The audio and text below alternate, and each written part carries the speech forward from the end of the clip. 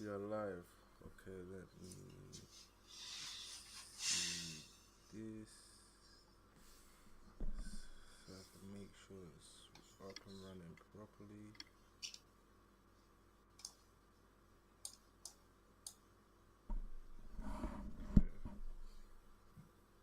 We are live. Okay, alright, we good. Okay. Let me share this to Twitter. Okay.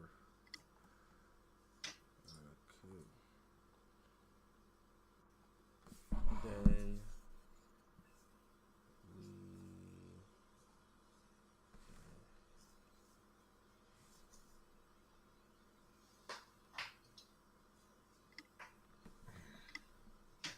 okay. So welcome guys to the undisputed king of sports channel. And yeah, I'm here with Gemini Hoops. How you been, man? Living, man. Can't complain. How about yourself? I'm good. Just grinding through this time period. A lot of things been going on, Yeah. but we surviving. So today, guys, we are going to be talking about Devin Haney versus Ryan Garcia, and also we're going to touch on the state of boxing right now. So, Gemini Hoops, when this fight first got announced, what was your initial impressions? Um, to me, it wasn't what I wanted to see. We've already, if anybody's been up on game with boxing, they've already dealt with each other in amateurs. So to me, I kind of felt like, what are we going to see any different? A different result from what the amateurs was like. There hasn't been that much improvement for someone like Ryan Garcia. Excuse me, I'm about to say Danny, but Ryan Garcia.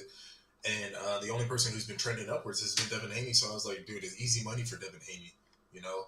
However, Ryan Garcia has a strong following, so that's what's going to make the fight sell. So this was all to me just prize fighting at its best, just trying to make out like a bandit, make as much money as you can, dupe the people. But it was going to be a short fight to me, in my opinion. I wouldn't be surprised if Haney had stopped him too. Yeah, um, I see it like this. I heard they fought like 3 times. Apparently, they got one apiece in terms of victories, and apparently one of them is a draw. Correct me if I'm wrong if Yeah, any of you guys are more versed on the history of their fighting, but I heard that their fights were competitive. But the problem with Ryan Garcia is Ryan Garcia doesn't come across as a guy that's serious. I can't tell if he's trolling. I can't tell if he wants to pull out the fight. I just don't know what this guy is going through. The problem with this dude is whatever he's doing, he is giving us a lot of question marks to what to expect from him in the fight. I just hope that this fight is competitive. I don't give a shit about Devin Haney, good fighter. I don't give a shit about Ryan Garcia. I'm just a pure consumer. I just want to see entertainment. I just want to see a it, competitive bout. And the problem with these guys are, with this fight is, I don't think it's going to be competitive. I think it's going to be a one-sided beatdown. And I would even be surprised if Ryan Garcia quits. I would not be surprised at all if Ryan Garcia quits. And the fact that I'm feeling this way is what makes me not hyped about this fight. And it just shows you the state of boxing that we are at right now. Because boxing is so. Hey, what's good, Mike Biggs Boxing? What's good, man? What's good? We're just talking a bit of Ryan Garcia versus Devin Haney. But back to what I was saying, the state of boxing has shown at this current moment in time that we are thirsting for anything. We are thirsting for anything because it is dry in these streets of boxing. Anthony Joshua fought Francis Ngannou. I told people that fight was going to be competitive, and it wasn't competitive. We have Tyson Fury versus Alexander Usyk, and that fight has no buzz. Let's be honest, that fight has no buzz. If and then we're hearing about Javante Davis versus Frank Martin, which another fight that has no real buzz. Like there's yeah, literally no fights that have buzz. yeah. Canelo's fighting Jaime Munguia, no buzz. Like it's like. Do you know what it is? Yeah, it's like everybody's having tune-ups when they don't need tune-ups. We got active fighters having tune-up level fights. And you know what the problem is that's the issue when you have like such a business like such as like where boxing is. This is where you need like a league. You need almost like a UFC style where you can force these guys because everybody's too busy trying to protect the O, as they call it, like which many of them, at least the top fighters speaking for like the AJs or the Canelos, they don't really have that, you know. But everybody's afraid to lose, and in this case, that leads me to believe that they don't know how to market themselves. Like, if you cannot market a fighter past the fact that, hey, yeah, he may have taken a couple losses, but doesn't mean like he's bad. Like, you know, this is still a competitive guy that can still compete. They just don't know what to do with that. And that's the problem where boxing is today. And it's just going to continue to be like this until things change, until there's like some sort of league, you know, putting them all in there like, hey, there's one belt we're fighting for, and everybody has to fight for that one belt, and none of this other kind of stuff that we got going on here. So it's just going to continue to be like this. But this fight, you know, going on with Haney, Ryan Garcia, it's, you know me, I've already discussed with you on this. I'm rooting for Ryan Garcia off the straight. The raccoon comments are going to be dwindling. You know, hey, I'm rooting for Ryan Garcia. I'm rooting for Ryan Garcia. I'm gonna pull the Team California. He's from California. I'm like, hey, I'm rooting for him. Yeah, they're gonna say Devin Haney for Cali too. Hey, but he's not from Southern California. Ryan Garcia is. So in my take, Devin Haney, I just kind of feel like he's not genuine, man. This guy doesn't know what he wants to be. 1 minute he's Muslim, next minute he's a playboy, next minute he's a pimp like his dad, next minute he's back to being like, this guy's just all over the place. Like, my main thing is this. If I'm going to choose for somebody who's lost and confused, I'm going to go with Ryan Garcia. At least he admits it that he's messed up. Like, you know, when you said David Haney's 1 minute, it made me think of that video of him on the IG live with that 40-year-old woman. I was like, damn. Oh. I was like, wow. that clip is so funny to me. Nah, but the way they've been promoting this fight has been weird. But I can see why you would root for Ryan Garcia because obviously Floyd Mayweather your guy, so you want to see this dude get humbled. So yeah, when it comes down to it, I don't think Ryan Garcia is the guy to humble Devin Haney. It's just that I'm gonna ask you an interesting question. I'm not gonna ask you this question. I might make a clip for the viewers to actually have this for like a TikTok or whatnot when I get around to doing that. Do you think boxing peaked at this era of boxing? Do you think boxing peaked at Terrence Crawford versus Errol Spence? Because think about the fights post that, and look at the quality, look at the hype, look at the level of interest. I don't even talk about casual audience. I'm just talking about the boxing community. Do you think that was the peak? And you know how like with Marvel, Endgame was the peak, Infinity War to Endgame was the peak, and then when you start bringing these new brand of people, it's kind of just going on the downward spiral. Do you feel like that's the same with this era? Do you think we've seen the best of this era? You know, honestly, I wouldn't say we've seen the best because there's still a lot of good fights to be made. I honestly believe like a Canelo versus, let's say, even Terrence Crawford, that would still be big.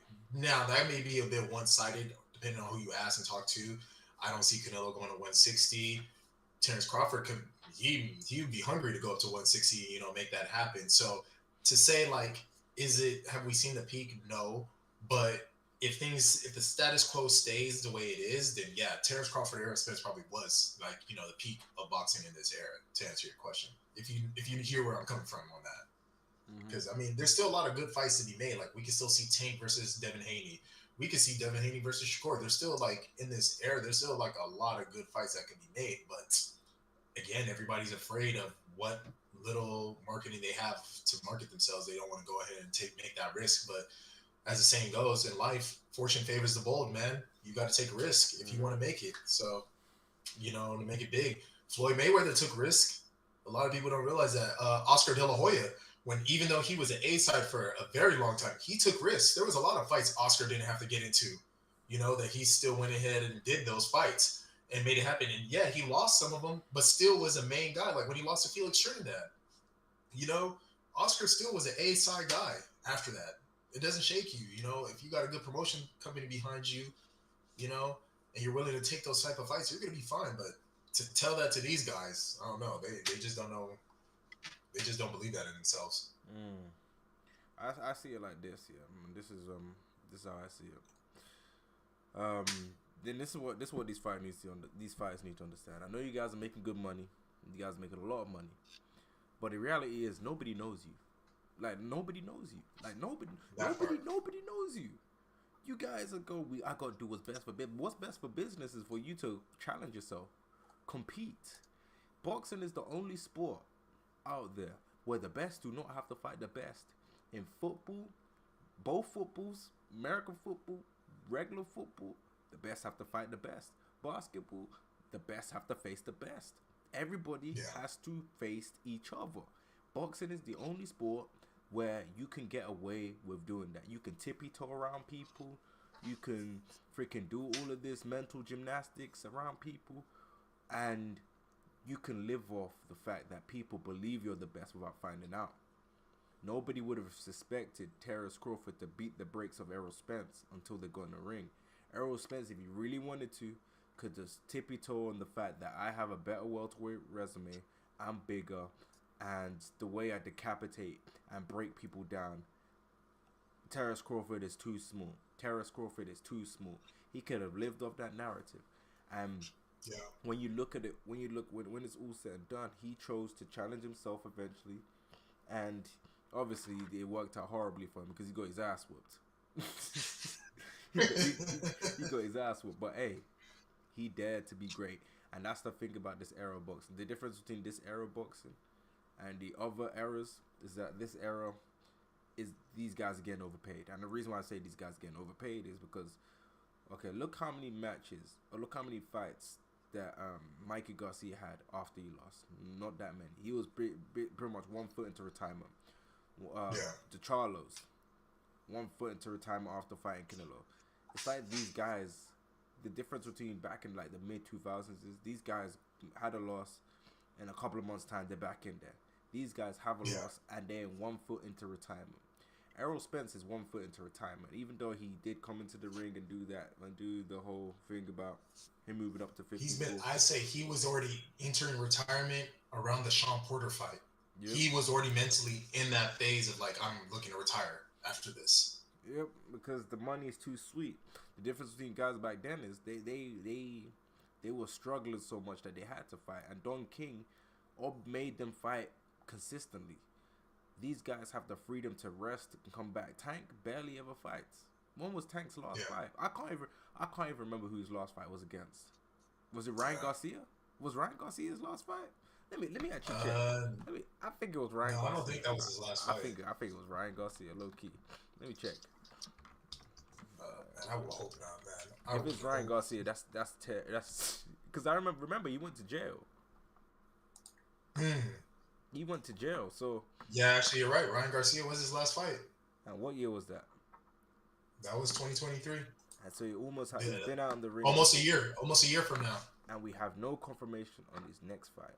And he's a guy that's going to be 30 years old this year, and he has accomplished some Fugazi belts, because the reality of him and his career is he is a guy that has bags of potential, but he has never been in a competitive fight other than Isaac Pitbull Cruz. And the only reason why that Isaac Pitbull Cruz fight was competitive because that guy was durable. The Rolly fight, everybody knew Rolly was going to get his ass whooped, but Rolly's funny, so we just ignored that shit. We knew he was going to get his ass whooped. Rolly can't fight. So going into this fight, I just want to be entertained. The press conference is kind of corny.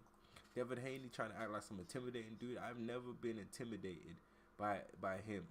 He stutters. He's soft spoken. He's not even a Mike Tyson soft spoken where you can feel the meanness. I just don't feel nothing when this guy's talking, man. So I don't understand why he's trying to be tough. And when you got two people that are trying to be tough, but you can clearly see they're not, you have the cringiest press conferences ever, man. This is like some YouTube event where the YouTubers are going, yo, you haven't felt my power. I'm like, bro, you were streaming like 2 hours ago on Twitch, playing Fortnite. What do you mean power, man? so so when you break it down like Hey, that, yeah, what you saying? but see, the thing is also too, other than blaming the fighters, I blame the sanctioning bodies. Oh Too yeah, many of these sanctioning bodies out there in boxing, like this got to stop. This is what drives up the prices because these fighters now have to equate for like I got to pay for this sanctioning body because this belt is on the line. This that needs to stop.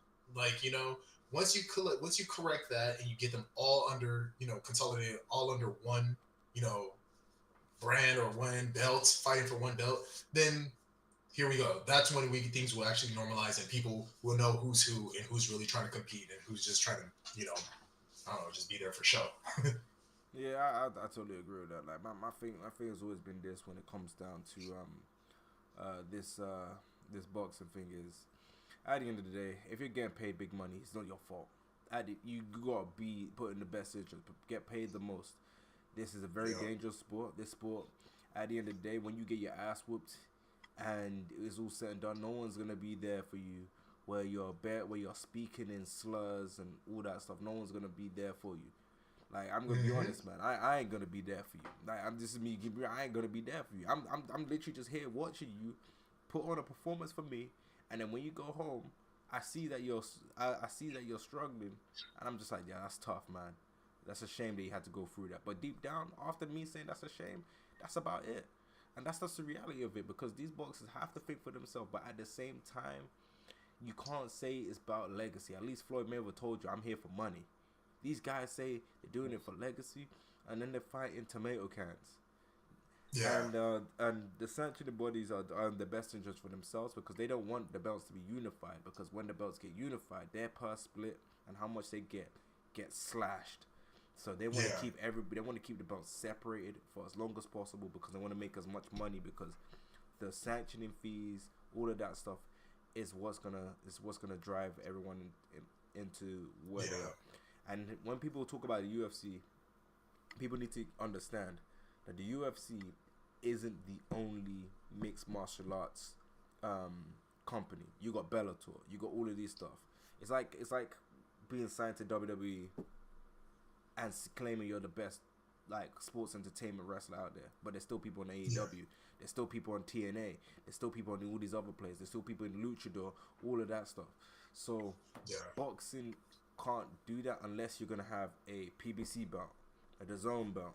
But then with how we're accustomed to boxing being, we will still not think the best is the best because we just see them just selecting that section. It's just UFC have marketed themselves to be more important than a Bellator and all these other places. That's the only way you can control these guys. But boxers have so much of a say. And and see, that's why I kind of agreed with Al Heyman, the plan that he had. The PBC belt. That's why I also agree with Al Heyman with what he was trying to do with the PBC. You know how he was trying to get all the welterweights. At least he was trying to corner that 147 to 154 division, essentially.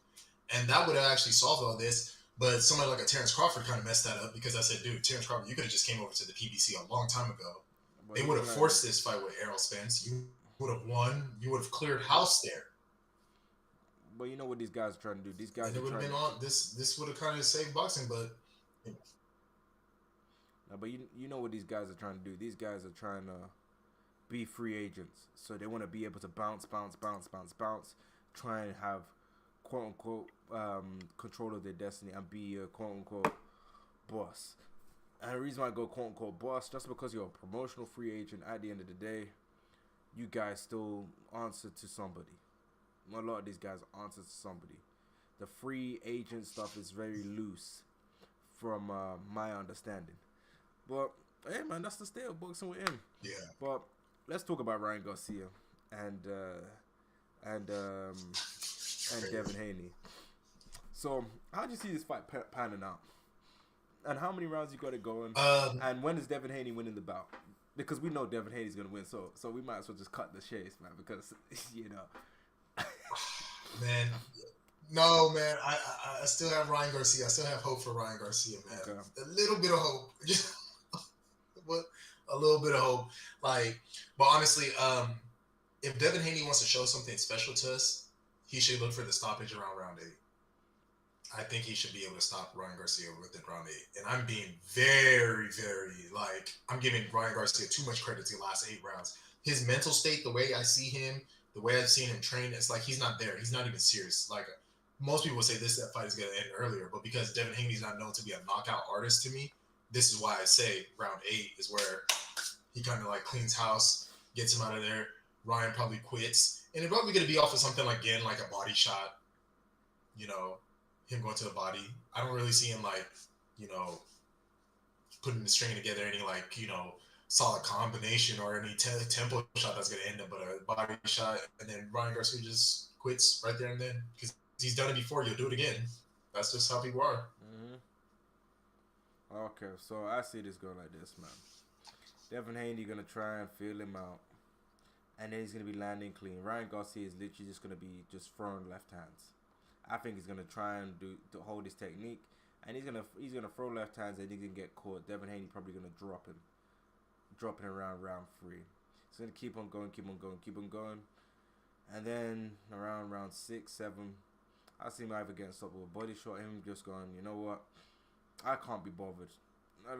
Just throwing the towel, and this is gonna be in between rounds. He's probably gonna get them to just stop the fight. We're gonna be sitting here after the fight's done, being underwhelmed, being disappointed, being pissed off that we actually wasted our valuable time watching this shit. But I hope, and I know this won't happen, I hope Teofimo Lopez jumps over the ropes, gets in the ring, and say, Devin Haney, man, you're fighting me next. You are fighting me next. I would like that, but that would never. And I want Teofimo to jump over the ropes and tell him, you're fighting me next. I got this belt. You got that belt. Let's unify. I need that. Hey, I need that. You know what? That would actually be a center, and that's a fight I would definitely love to see.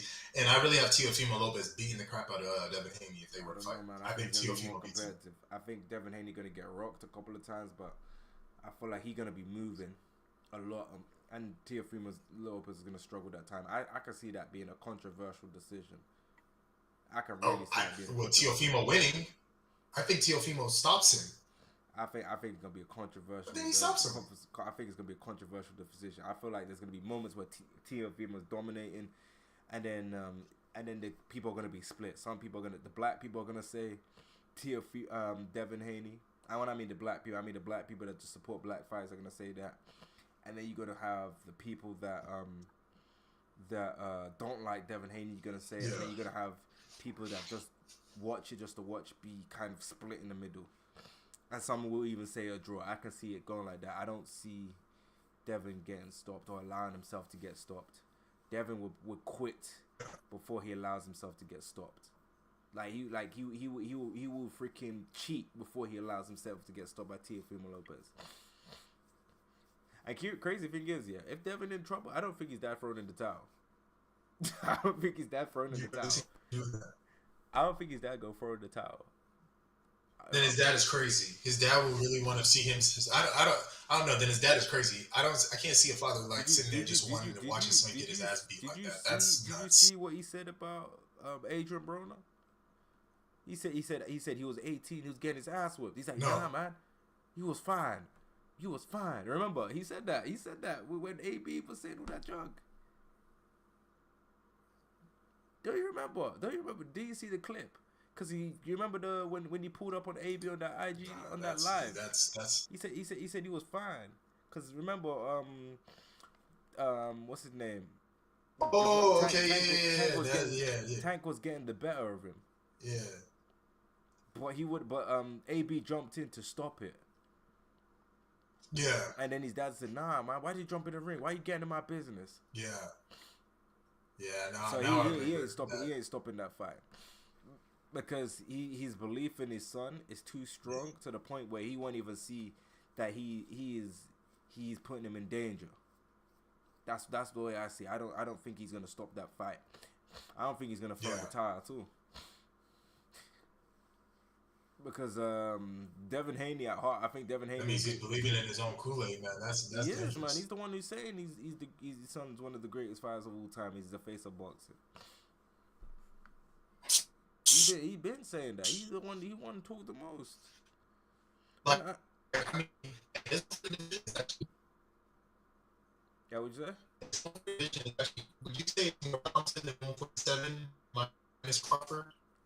Wait, say that again? 40 division is more talented than 147. That's a good question. Would I say 140 division is more talented than 147?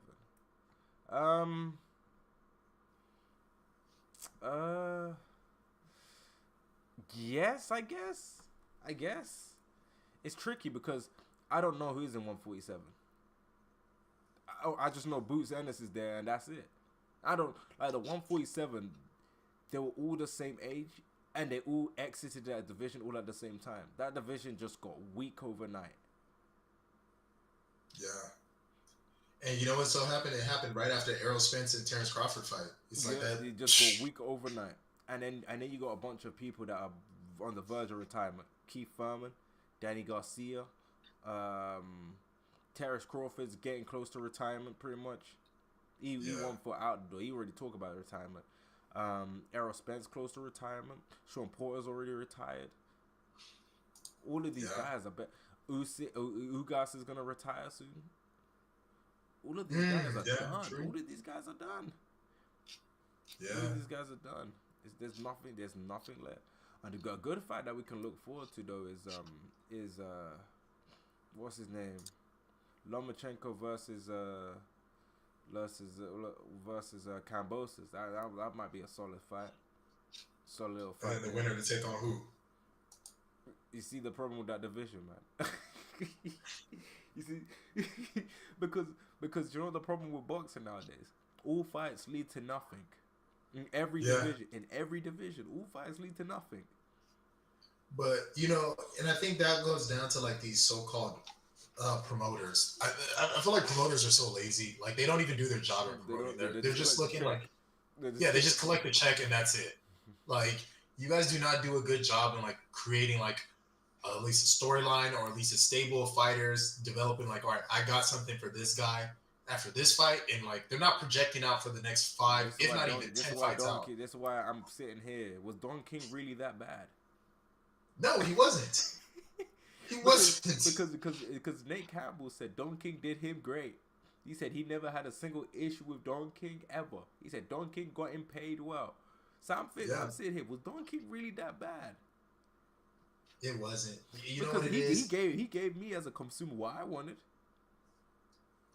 You know what it is? It's just like, and that's a problem that with people. They find one negative thing with a person and they latch onto it. And they try to hold that to that person until the end of time. You know, Zab Judah, he even used to talk bad about Don King, but when you look at it, dude, Zab, you were your biggest problem. I don't want to blame Don King for anything that going on with you. I ain't gonna lie, Don King, I do believe he did scam a bunch of people, but like for me, man, he didn't scam me. I got my money's worth. I want to lie there, but say, hey, I enjoyed the fights. I enjoyed going back and watching these stuff. I enjoyed. If anybody was scamming anybody in boxing, Bob Arum did people way worse than Don King did. He did, man. Hey, man, they were part 1, part 2. But Bob Arum still gave me solid fights, man. It's just Bob Arum did people way worse than Don King. I'll tell you that much. But the difference between Bob Arum is if Bob Arum believes in a fight, he'll put that fight in anybody. He'll put that fight in anybody. It's the only problem with Bob Arum. So damn old. He can't really offer anything as a promoter, man. Like, dude, I don't know if he really believed in fighters because you had Floyd Mayweather in your camp. And you were there. You were dilly dabbling with him. He was on that Oscar De La Hoya Kool-Aid. That means he don't really know what he has because you have Floyd Mayweather there, and you couldn't get off the cheat-cheese of Oscar De La Hoya. To be fair, nobody thought Floyd Mayweather turning a villain would be this successful. I can't. No one could have foreshadowed Floyd Mayweather being a villain, being this successful. They just thought he was just a clean cut, nice, well-spoken guy, quiet. That's it. He had to turn to, and the reason why that villain arc was so successful was the execution of the stuff he said, the promos he was cutting. Shit was entertaining. he brought back stuff that we love from Muhammad Ali in terms of trash talking. Yeah. Especially the 24/7s. Amazing. Peak. Yeah, the 24/7s were the game changers. He and had stuff. the whole UK hating Floyd Mayweather. I remember I was in school and I remember how everyone how Wait, before you finish that story, who were you rooting for, Floyd or Ricky Hatton? Who were I'm you not gonna rooting lie, man. Young me, I was rooting for Floyd because he was black. Okay. I'm not even gonna lie. I was never a big fan of Ricky. I only liked Floyd because he was black. Anytime Floyd fought, I just rooted for him because he was a black dude. And this wasn't even me doing it. This was just me doing it. Yo, this guy seems cool. Yeah. I wasn't. He just happened to be black. I rooted for him. Everyone was rooting for Pacquiao. I was rooting for Floyd. Yeah. Purely because looking back on it, back then I didn't know if the reason was because he was black, but looking at it now, that was solely the reason. I hear you on that one. So and that was the reason for a lot of people, but it is what it is. So and plus I like the whole trash talkingness. I like the whole all of that stuff. It was cool. It's like when Hollywood Rock, when The Rock was talking all that shit. Everybody loves a good villain, especially the type of villain in this sport. Like people love Mike Tyson because Mike Tyson was so chaotic outside of the ring. People love chaotic characters. People love Conor McGregor for that reason. People love John Jones because John Jones is so problematic, man. People love these guys. Yeah. So then who's the new problem child in boxing? I mean, Adrian Broner was supposed to be carrying us into this kind of point. Adrian Broner's inactive as hell. And when he fights, he barely lets his hands go. Yeah. And then when he puts on a horrible performance, he keeps going, all of you guys keep hating on me. No, you were trash. Like, so then, to bring it full circle then and bring it back to Devin Haney then in this case, now we leave it at this. Should Devin Haney embrace the evil, the villain archetype? Should he embrace that role? Because he can honestly, at this point in time where we're at, because, there's no fights to be made, or at least none that interest the public, he can actually save boxing if he embraces that. But my problem is, man, that guy can't talk trash. Like, Floyd Mayweather can talk trash. Like, you like, the way he did it, you're like, yo, this guy's an asshole. Devin Haney, I'm just like, I ain't really believing what you're saying. I don't believe anything you're saying. Nothing you say is convincing. When Conor McGregor but here's the thing. Trash, he doesn't have to be the mouthpiece. His dad could be the mouthpiece. His dad could be the one talking. His dad could be the one talking. But let me ask you this here. How many professional boxers have been successful when the dad has been the mouthpiece?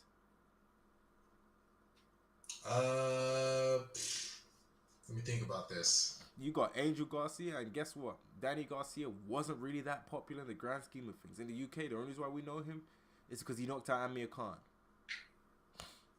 Yeah. Man, it's kind of tough, man. I'm trying to think of the father duos. And guess what? The son always leaves the dad eventually. That just ends up happening. I mean, we could have probably said Sean Porter, but Sean Porter's dad was actually pretty nice. He was a nice guy. He wasn't that much of a trash talker. He just talked trash to Sean. Yeah, he just talked trash to Sean. Yeah, basically. No, but his dad wasn't delusional. His dad was actually cared for his son. That, like, the way he threw the towel. Sean was pissed when he threw the towel in, but his dad didn't want to see him get hurt. Yeah. I kind of felt like he was a bit more critical on him. Overly critical. I'm not gonna lie, man. I could not handle that type of parenting, man. I would have just straight up retired earlier, man.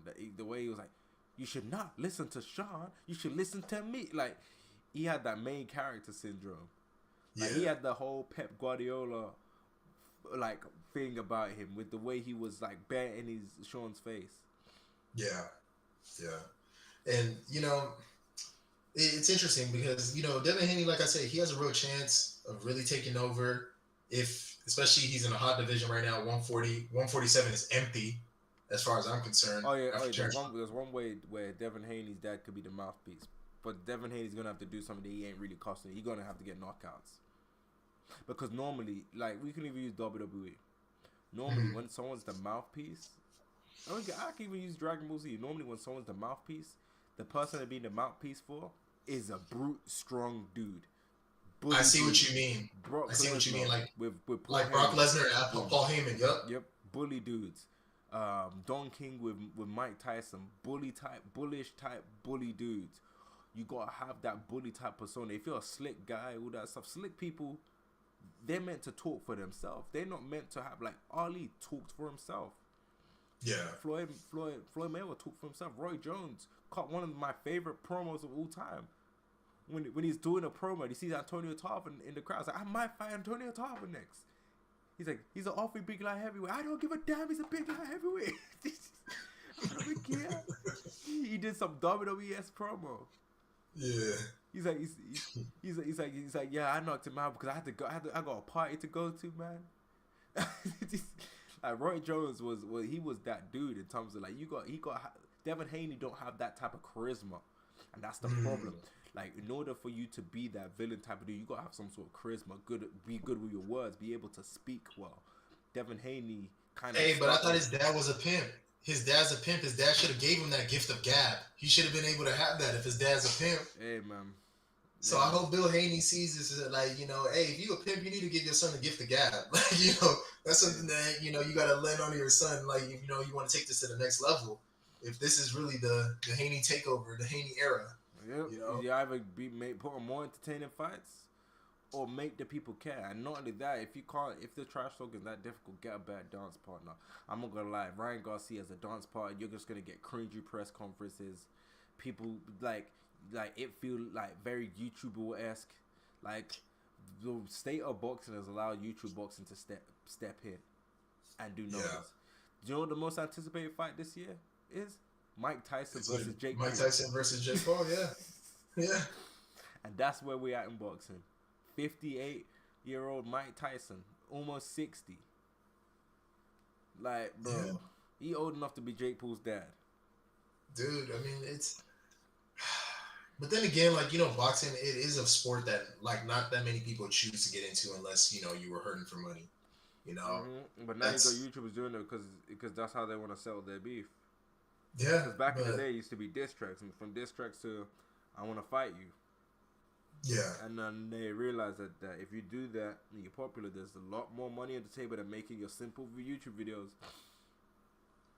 Yeah. There's a lot more money on the table for that, man. And a lot of these guys, and they create their own sanctioning bodies. They got bound. They don't even got their own boxing rack. They got everything done like proper. Yeah. Like, so then after this fight, where do you think Ryan Garcia goes after this? Fighting YouTubers? No, he should just open up a YouTube channel. Just make TikToks showing how fast his hand speed is, and that's about it. To be honest, you just retire, man. You already do modeling. You might as well continue doing that, man. You're gonna get money coming in. You already got a big social media platform, all that stuff. You don't need to fight. You don't really want to fight. You're just doing this because you want to prove to people that you still want to fight. But we can see you don't care about this business no more. You're not interested like that, and it's okay. It's okay. I wouldn't want to box if I was making your type of money too. Honestly, it's okay. You don't because Ryan Garcia, I see it like this. Yeah, you let's say you beat Devin Haney. Yeah. What fight is out there that will actually get you up to continue going? There's not that many that you could win. There's not that many. There really stylistically, you're horrible for freaking Tia Freeman. Tia Freeman Lopez is horrible for you. You got slow feet. Your chin's up in the air like this. You're getting slept. You're getting slept in that, man. Josh Taylor sleeping you. Regis Borges sleeping you. Surreal Matias sleeping you. You're getting slept. Straight Z's. Yeah. Straight Z's. Yeah. You're getting slept. So it's not worth it, man. You knew Tank was gonna sleep you, so you stayed on one knee. That's it's okay.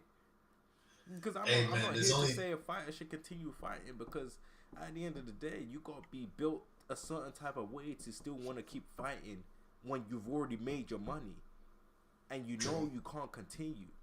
It's a certain type of mindset you have to have. You have to have a screw loose in your head to be able to do that type of stuff. So if I'm you, Ryan Garcia, after this fight, I'll take my check and quit. And quit. Like, there's no point. Devin Haney, if I was you, I'd move up. I just keep going and keep testing myself as much as possible. Yeah. But I mean, with Devin Haney, like I said, that guy, he's so boring to me. Like, again, not believable, not charismatic. I definitely like. I really want to. After you said Teofimo, like I'm very intrigued. I hope Teofimo does hop in the ring. I hope he does it for La Raza. I'm telling you right now. I'm telling you right now. That fight is gonna be entertaining.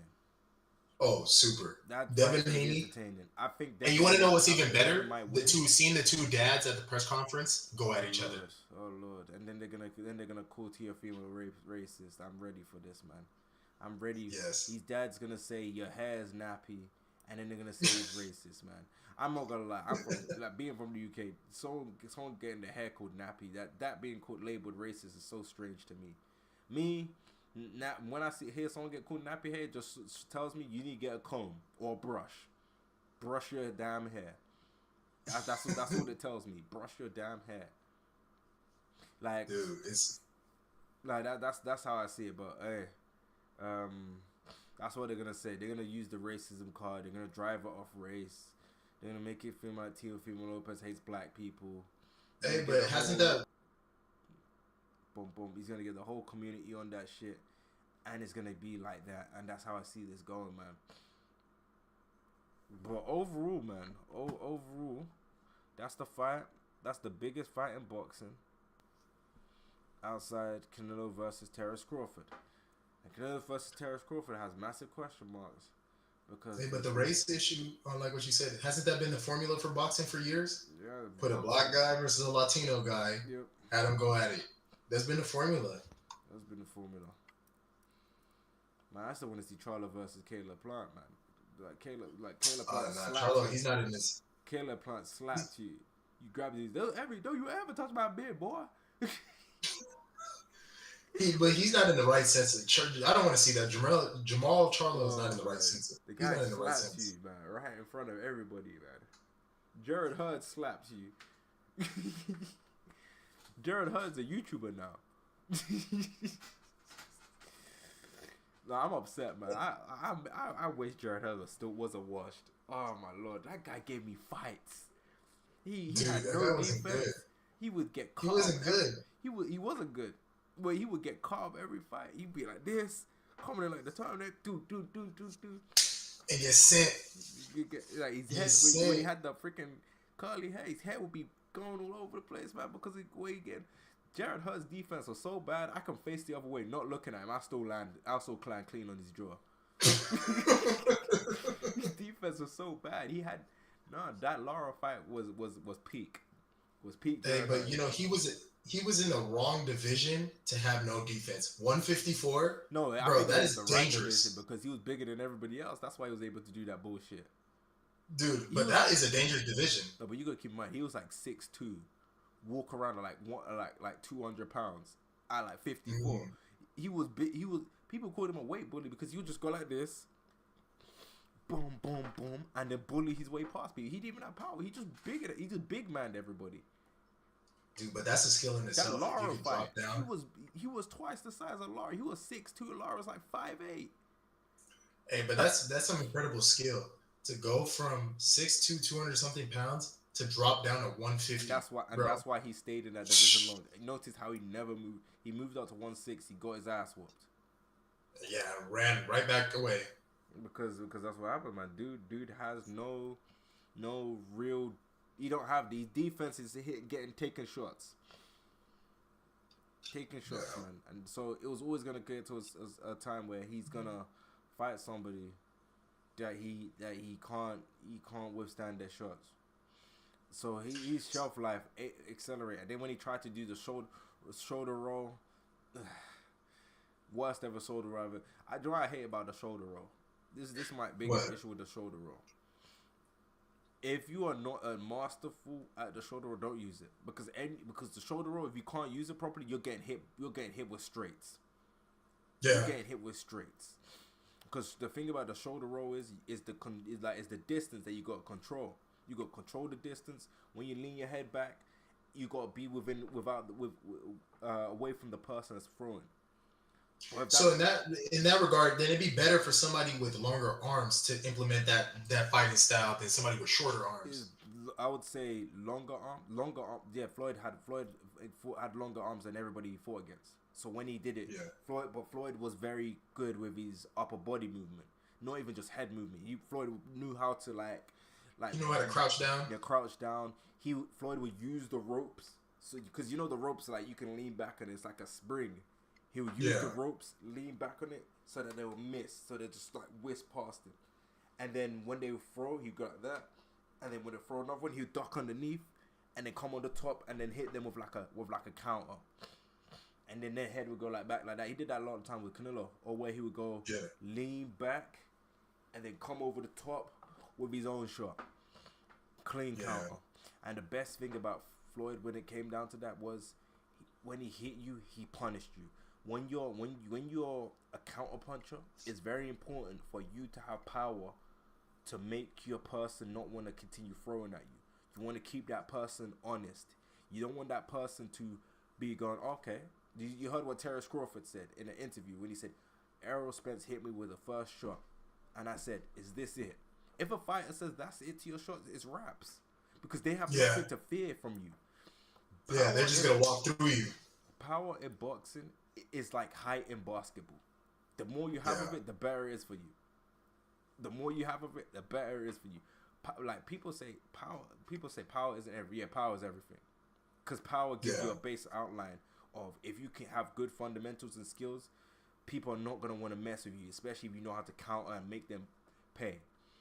And that's why when it comes to the shoulder roll, for me, I don't like seeing fighters that don't have good defensive mechanics and fundamentals or a good understanding of range use it. When I saw Jared Hurd use it, it wasn't good because Jared Hurd did not know how to keep his distance, did not know how to maneuver it properly, and plus his mental makeup is to walk people down. Jared Hurd was using the wrong type of guard. The guard he should use is the high guard and make him be a bully. They should have fed into the fact that this guy has the tendency of wanting to walk people down. High guard, head, move, block, and then take people out like that. Not a shoulder roll. Yeah. He's like, you're trying to imply a guy that strengths are fighting on the front foot to fight on the back foot, which he ain't good at. That's not his game. And that's the problem with a lot of these fighters here. A lot of these fighters are fighting styles that don't fit them. That don't fit them in terms of their attributes and abilities. Yeah, and that's the problem. That's the problem with having Jared Hurd. His shelf life was always going to end up like this because he took too much punishment. Yeah. Now you broke it down perfectly. You broke it down perfectly. And coming up for this fight this weekend is another person who tries to copy some of that bit of that shoulder roll. It's Dev. Talk so much hate about the Mayweather. Dev is good with it, but the biggest test is gonna be. He doesn't have power, like you said. He doesn't have power, but the problem is, the thing that people need to understand about Devin Haney is his limbs and his reach advantage and his height makes the shoulder roll easy, because when you're taller, longer, all of that stuff than everybody else, you have every height and length advantage. The shoulder roll is easy because the shoulder roll, it's hard for me to hit you. It's hard for you to hit me when I am taller than you and longer than you, because I can hit you in areas where you're reaching to get to those areas. So it's going to be difficult. It's more impressive when you got someone like Floyd is doing that shit to an Oscar De La Hoya who's 5'10", 5'11". That's impressive because the guy's got height. Yeah. Or Canelo where he's bigger than you. The only thing I can say on Floyd's offense is Floyd had freakishly long arms. And that ain't Floyd's fault. That's just his genetics. If I got a genetic advantage, I'm definitely going to use that shit.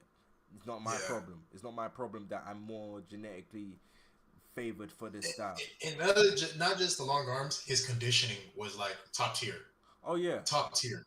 Oh, yeah, but I feel like what helped him with his conditioning was he was in control of the fight so much where you can fight at your own tempo. It's like jogging. If you jog at your own tempo, the jog becomes easier.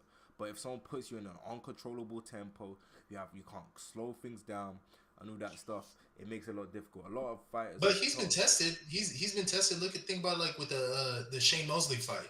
Dude almost got knocked out. That round, yes, but he was able to control the other rounds.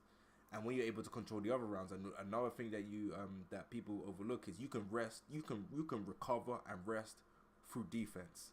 when you're doing this, that's resting. You're resting through your defense. It allows you to recuperate. When you're doing the clinch, more resting, especially when you're leaning on the opponent, more resting. Yeah. There's ways where you can rest through defense, and the elite fighters can do that. James Toney was good at doing that. Canelo's not really good at doing that, because Canelo, when he's tired, you can see dead tired.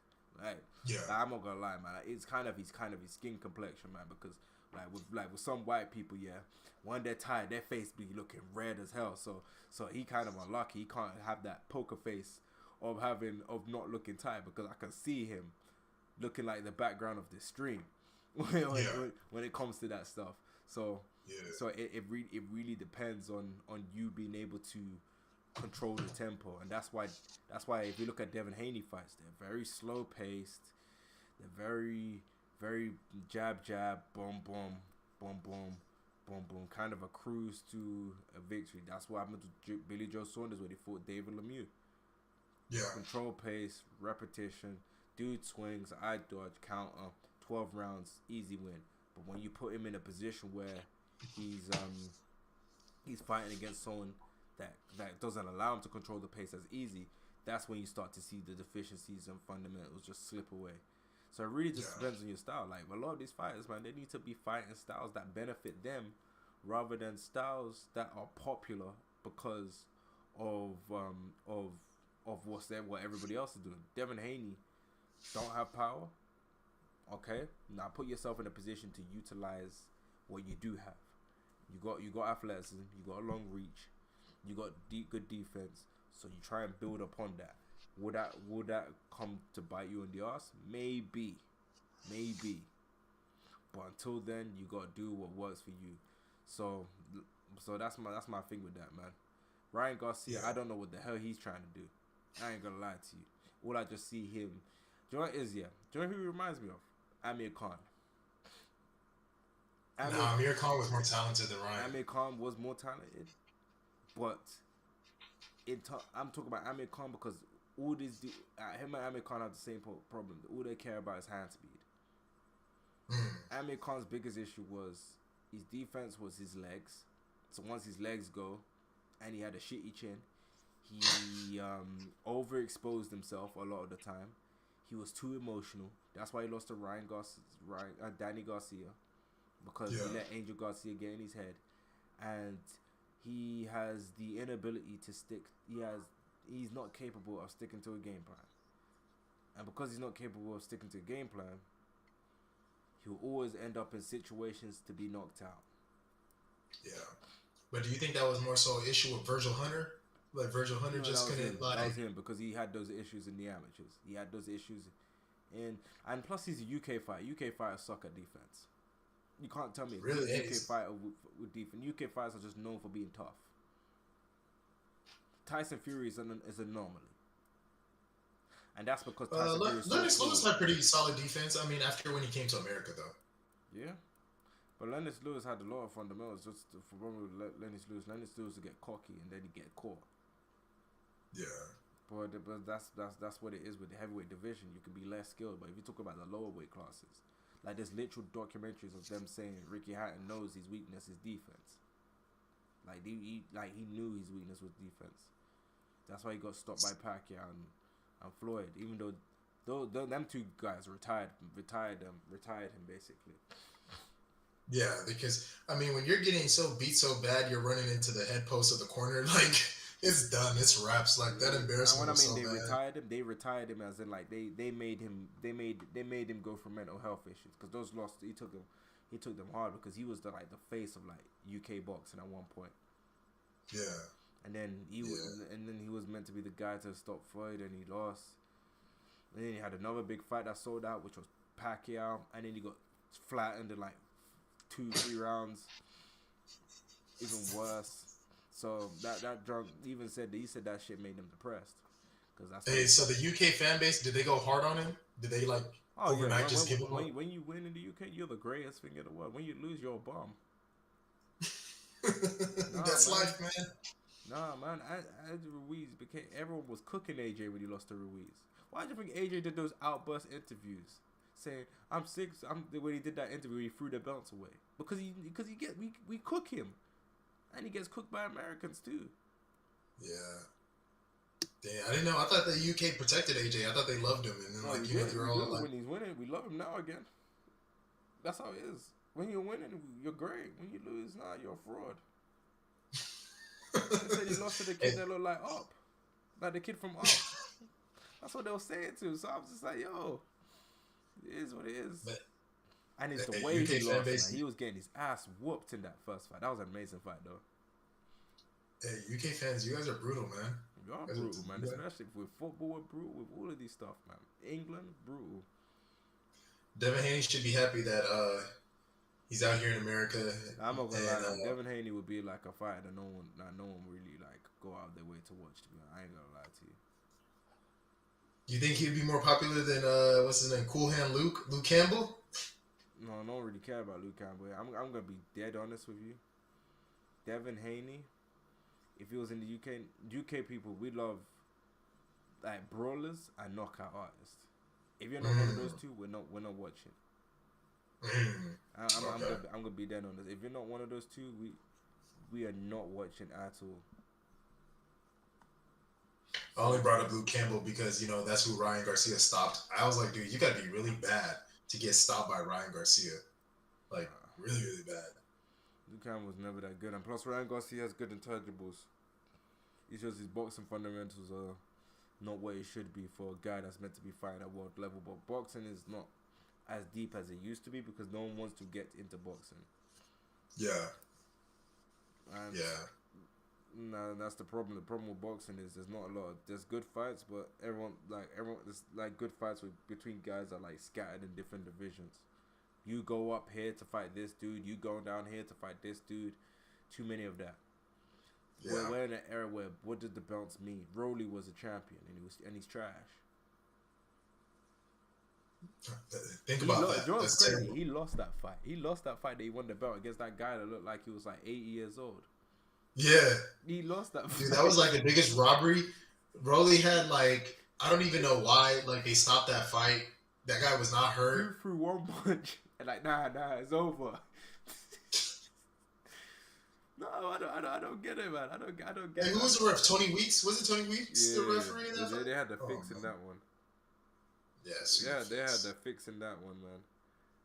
Hey, but PBC's done with Rolly though at this point. No, as far as I'm concerned, I was like, I'm not gonna lie, man. If I'm Rolly, man, I'll be grateful. I'm so ass, but everybody wants to push me to be successful. Hey, that's the star power of everybody who came out from that Mayweather gym. He's been at that Mayweather gym for years. John apparently beat Ryan Garcia in the Mayweather gym. You said what? Apparently, Rolly looks good in the gym. Like, he actually looks like he actually got fundamentals and everything. Like, he beat Ryan Garcia in the gym. I'm not even joking. That's the first time I heard about Rolly. When he was beat, the fact that he apparently beat the brakes of Ryan Garcia in the gym. Oh, wow. I've seen Amir Khan in sparring against Danny. Amir Khan in sparring against Danny Garcia looked way better than Amir Khan did versus Danny Garcia in the fight.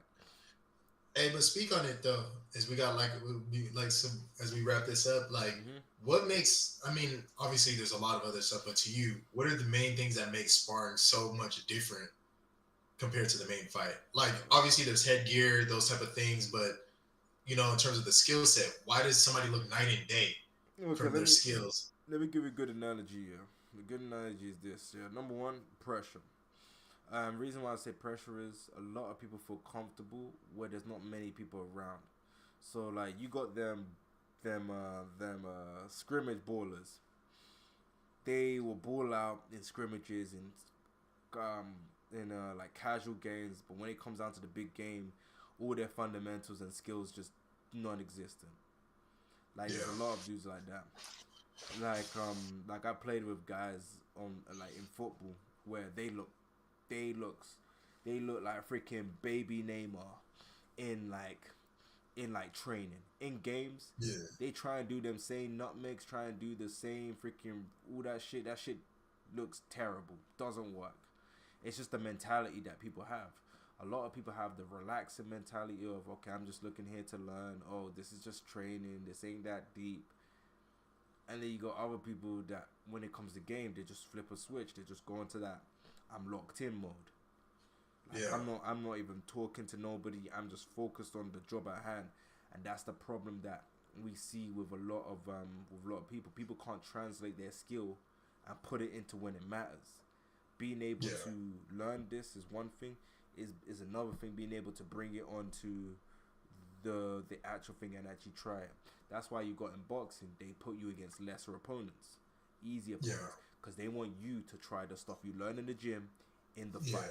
So you put this guy that is basically an official training dummy in the bright lights. So Anthony Joshua, for example, we see him learning a pull counter. Okay, you're fighting against this dude, a pull counter. Yo, we don't want you to knock him out. Do you know how like you're playing like let's you fight night. You're playing fight night, yeah, and you're beating up this opponent. You don't want to knock him out yet, so you back off a bit, allow him to recover a bit, and then go back to trying out new moves and all that stuff. That's what these guys are. They're training dummies so that when they get to a big fight, they can feel confident enough landing. Because everything when it comes to sparring and when it comes to in person, it's all about do you truly believe in yourself. Boxing is all about self-belief and being so deluded to the point where you generally feel like you cannot be beaten by anybody. It's the mindset of being I am the best. And you have mindsets like that from people in team sports. The only difference between people in team sports is they don't say it. Yeah, like there's an interview with Mohamed Salah. Mohamed Salah said, "In my mind, I'm the best player in the world." He's like, I know other people may think this guy. In my mind, I'm the best player in the world. There's an interview of him saying that. If they didn't ask him that question or didn't squeeze that question out, he would have said. He would have said it. And that's the thing with team sports. When Rooney said, when I was 16, I knew I was the best player on Everton. He said, I knew I was the best player. He said, I got into the first team. I knew I was better than everybody else. Yeah. And Wayne Rooney's always, and same with Ronaldo, same with Messi. All of these people feel like that in team sport. They don't say it. Boxing, it's an individual sport where you actually is accepted to say it because it's all about you. And when you're in a sport where it's all about you, the pressure's on you. And that's why you see some fighters, when they lose, they feel relieved. They feel like, I have nothing to worry about. There's nothing to protect. There's nothing to make me feel like I'm under pressure. Especially when you have the weight of a country in your back. That's why some fights like, finally I got that loss out of the way. I can fight more freely. So it really just comes down to your mentality, you being moved up the right way, and you having the right coach to actually instruct you to do it. Because when you're in a brutal fight and someone's trying to take your head off, and then that mindset of, have you seen the series Invincible? No. Okay, so this ain't really a spoiler, but like Mark, his dad told him, yo, this woman is trying to kill you, so you got to fight to kill. And then you see the switch flip, and you started seeing the difference between the mentality of just fighting someone to fight someone and fighting someone to kill. And a lot of boxers don't spar to kill someone in the sparring. They spar to learn versus spar to, this guy's trying to take my head off, so I got to go in. So there's a different mindset and different switch you have to flip when it comes to doing that. Yeah. So that's what it really comes down to, is you try to pick up things, you try to try new things. And another thing is, some guys may not just be in shape. That's the big thing. Most of your sparring opponents aren't in shape. Okay. So since I'm not in shape, there's gonna be moments of me showing my skill, but I can't hold on to that skill as long. And then you got to factor into account, because sparring partners are meant to help you. After 3 rounds, they bring another dude in. And that dude fresh, you're getting tired, so that they can make you carry on mentally, try and learn things. It's all up to your coach to guide you in the match, because sometimes in the match you're not thinking about what you're doing. You're just kind of like just going with what you feel like is right, but you're not calculating. A lot of these guys, even AJ said it. He said in some fights I'm not calculating. That's why you go to your corner. Your corner tells you what they can see from the outside looking in and saying, okay, this guy's still doing good at this. I want you to triple up on the jab and step in for a right hook or something. So that's what happens when it comes down to stuff like that. But that's just the thing about sports in general, man. It's just a different mindset that a lot of people have. A lot of people don't take training seriously. And then when it gets to the actual thing, they take it seriously. It's just the mindset of whether can you do well under the bright lights. Think about it. When you've supported a team or supported a player or athlete, and you feel nervous, imagine how they're feeling. You feel nervous. You're not even fighting the fight, and you're nervous for that person. And then that person fighting, they have to not feel nervous. They have to not feel the doubt that you have. Like me supporting Terrence Crawford. Oh, I don't know if Terrence Crawford could beat Errol Spence. Terrence Crawford gonna believe that Errol Spence can't beat him. That's a different type of mindset, and that's what the mindset that each athlete has to have to be successful. I truly believe. So, me personally, I feel like that's what makes up when it comes down to stuff like this. But overall, man, there's a bunch of different variables. If Ryan Garcia is training properly and his head is in the right space, he can hustle himself into a decision. And when I mean hustle himself into a decision, a unanimous decision loss. He can hustle himself into not getting because he said it a unanimous decision loss. I was thinking like, oh, you think you could get a split decision somehow? Nah, man, he ain't good enough like that. Unless Devin Haney's like chinny and he just comes unprepared. I've never gone into a fight where I cannot envision how a guy can win. I can't envision how Ryan Garcia wins this fight. Dude, like, you know, it's kind of crazy that you say that because now I even feel bad that I said, like, it's going to be an 8th round stoppage. I'm like, dude, it could be even sooner than that. It might even be sooner. I just don't see it because I'm looking at his skill set and he doesn't have overwhelming power. Because the thing about Wilder has overwhelming power. And when you have overwhelming power, I can see a way you can win. Ryan, I can't see a way you can win. Yeah. And you know what's crazy? When I look at it, Devin Haney, I'm not rematching. I'm done. I'm retired. Dude, I'm hanging that over his head because I got lucky. If I see that, even when I look at it too, I'm like, Devin Haney looks even physically stronger than Ryan Garcia. He does. He looks physically stronger. Ryan Garcia don't look like a strong dude. He just looks, I'm fast. I got fast hands.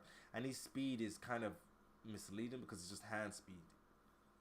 Yeah. There's no foot speed. Like, there's no real precision. I'm more impressed by people that can move quick. More than hand speed. All of these guys are professional athletes. All of them can punch fast. So what about Andy Ruiz? Because Andy Ruiz was just all hand speed, and he was sleeping guys. But Andy Ruiz is all hand speed, but he's in the heavyweight division, has respectable power, and he's fighting against big, slow heavyweights.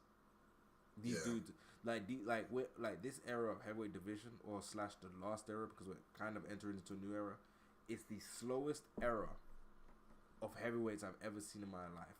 You got 6'6", big dudes with anchor arms, like built like they like slow as shit. Joe Joyce slow as shit. Rick, what's his name? What's that again? Mr. Vern slow as shit. All of these. Hey man, you know, in this day and age in athletics, dog, if you're above 6'5", like 6'6", dude, you should be doing sports. I don't care what sport it is. I said this to someone on Discord. I said if you're 6'5", 6'6", and you're not a sports athlete on the NBA or freaking boxing, you're wasting your height. Because why would you're 6'6" and you do nothing? At least get into WWE. At least be like a Omar. Dude, this is basketball. Like the way people are so thirsty for height. They drop the requirements so low for people who have height. They say they'll teach you all the other stuff. Just come with the height. Like, that's why I said, like, if you're above 6'5", in my opinion, you should be doing some sort of sport. I don't care what it is. Go do it. Get into the WWE. They love big dudes. Yeah. They love big dudes, man. Big Show was pretty mid, but he made a career because he was tall. Oh, Vince, that's why Vince. Undertaker used to play basketball. Apparently, Undertaker was pretty good. That's why he's able to do them athletic moves that he did in his prime. These dudes, they love these big dudes. Brock Lesnar was a football player. Yeah. He was actually a wrestler. He was actually good enough to be a college Olympic medalist. Because apparently, in college, Brock Lesnar, he tried out for the NFL and everything, but he didn't make it. I heard he could have been an Olympic gold medal because apparently he wrestled Kurt Angle, and apparently that drunk was crazy competitive, and Kurt Angle got a gold medal. Obviously, Kurt Angle won, but they said that Kurt Angle had to work for that victory. So Brock Lesnar was a prodigy when it comes to that stuff. So like I said, if you're tall, and he was also UFC champion. Yeah. So but again, Brock Lesnar, I kind of feel like because he's only 6'3", he's different. So you can still find that. But again, if you're like 6'6" No, and above, but they say he's a freak of nature in terms of athleticism and shit. in terms of power, like yeah, definitely. But like if you're like 6'6" and above, like how you said with the WWE, Vince McMahon loves that kind of stuff. He Look likes at that old Omar. school. I want my wrestlers big, stuff that you can't just see walking down the street. It's Triple H who brought in this new like, hey, there's other athletes at different heights. You can still market this guy, and he'll still be good. He doesn't have to be a brawling guy. Like not everybody's built like that. But You can still be now you good. got people like Kevin Owens doing front flips. When I was growing up, fat dudes could barely move. Yeah, Now you got I, freaking the fat dudes doing swanton yeah. bombs, Like we diving out came the up during ring. the time of Rikishi. Oh my Rikishi lord! was Umaga was fast as shit for his size. yeah. But like he wasn't doing no crazy move. Like you getting big dudes like Braun Breaker, do like meant to be like a baby Brock Lesnar. I looked at Brock Lesnar like when like coming up compared to Braun Breaker, and it's because they said Brock Lesnar looked like he ate Braun Breaker, and Braun Breaker ain't small. Mm-hmm. So when you look at it, yeah, a lot of these big dudes are becoming more and more athletic. So when I see, I ain't gonna lie to you, I feel like boxers on like the bottom pole. Like they're more likely to join WWE than boxing. No one wants to be a Yeah. boxer. No one get paid as good. It's too dangerous. It's too dangerous. It's dead. Like Yeah. Daniel Cormier even said it. He said he boxing is way more dangerous than UFC because boxing allows you Oh, to. off tops, anybody who's even done UFC or done any type of mixed martial arts, boxing is the most dangerous of them all. Yeah, because what's the name? Daniel Cormier broke it down. He said in the UFC, if I get dropped, someone can just ground and pound me. Match is over. If I get dropped in boxing, they allow me to get up and keep continuing until I can't physically continue no more. And plus the repeated headshots Oh yeah. in boxing, like you're going 12 rounds, repeatedly getting smacked in the head, dog. That don't happen in no UFC fight. Oh no, Not they at just all. ground and pound you, get hit with an elbow. Once you go down, really, once you go down, if the person's good at freaking ground and pound, the match is over. In boxing, Yeah. once you go down, they will allow you to get up, walk Yeah. forward, walk back. Oh, okay, you good? Oh, okay, you see the guy barely shaking, and they'll still allow him to continue, man. Crazy stuff, man. But you got anything else to add? Because this Yeah, was man. a pretty good one, man. But yeah, Yeah. man, we definitely gonna have you talking about football soon, and obviously basketball because Oh yeah. because there's that Bronny James news is interesting Oh, to me. we gotta have a dedicated stream just for that. Oh yeah, 'Cause Bronny James, man. I gotta ain't gonna lie, have that. man. I saw him. I saw his built. This is just me. He looked like a kid, too much of a kid to be in the NBA. This how. No. Maybe that's just the way you look at his face, his baby face. But in terms of height and everything, he has good size. I just kind of feel right now what they're doing, it's no different from what other people have done. But at the position that he's looking to play, I'm like, he's bro, playing point guard. yeah. Like, I was like, he's dude, cooked. He ain't good enough, man. I was like, dude, nah. I was like, that's the toughest position in the sport, dog. You're gonna need He's too another year. stacked. He's too stacked. Yeah, that's No, but apparently, from what my friend told me, he said the reason why they want to draft him now because apparently next year is too stacked. That's what my friend was telling me. Apparently next year is a very, very, very stacked draft that he declaring now because next year the talent there is too much that he might not even that it's gonna be harder for him. But here's the thing: like, if the talent was going to be too much, then those guys will be declaring now if this was weaker. So I'm not buying that. Like, what it is like they're testing the waters to see, like, hey, where is he really at potentially? Like, so they could at least get some sort of baseline, and then from there, what they get from that information, they'll make the decision on what school he's going to go to next. Because he's leaving USC. He's not going to be at USC any longer. So, So you think he's gonna go straight back to college? you say what? You reckon he's gonna go straight back to college? No, he's definitely gonna go back to another school in college, in my opinion. If he's gonna go pro, I would. If I was LeBron James and I was his dad, knowing LeBron James, I would say go overseas. Leave the college game alone. Go overseas. Because if you can do something overseas, even if he averaged 5 points overseas, you're playing against tougher competition. You're gonna get the real experience of what it is to be a professional. You're going up against dogs. Like these are guys, grown men that have to pay for essentially they're surviving for their family. You can survive over there, then I know like, all right, you're ready to make it in the NBA. Nepotism at work. It'll help his fundamentals as well. Because overseas, I've seen Euro basketball, man. That junk is just pure fundamentals. Very slow, kind of boring to watch. Like, I've been to my brother's games, man. He's the only one jumping out the gym dunking. Everybody else literally just doing fundamental shit. But there's different levels, tiers in Europe. Like you got to look at the Spanish ACB league. That's the top league. French league. Then but if you're looking at some of these other Eastern European leagues, they're not as good depending on what countries. But you just got to find which country you're talking about, and then from there you can see some real good hoopers, players that were good in America playing overseas. Mm-hmm. But anyways, man, that's a topic for a different day. So yeah, man. Honestly, man, thank you for coming on. Like I said, we definitely gonna talk about basketball, obviously football. Chelsea won that game 4-3. That game was actually insane, by the way. I don't know if you saw that shit. That game was crazy. I didn't get to catch it. Cole Palmer scored 2 goals in the last minutes to win the game for Chelsea. Chelsea were absolutely dog shit in that game. I'm not even gonna lie to you. That was an atrocious performance. Man United were also dog shit as well. They have probably one of the worst defenses I've ever seen in my whole entire life. Do you know what's crazy? Do you know what they've conceded? Apparently over 500 shots this season. Do you know how insane that is? They're just giving up shots like it's nothing, man. It's crazy. It's garbage. But yeah, that's pretty much it, man. Guys, make sure you like and subscribe when watching the playback. Give me your thoughts in the comment section below. And I'm gonna lie, I probably won't clip this one up. This is probably just one of those chill boxing discussions because there's not really much to talk about when it comes to boxing. Yeah. But overall, hopefully the state of boxing gets better. This is the first introduction to boxing on the channel.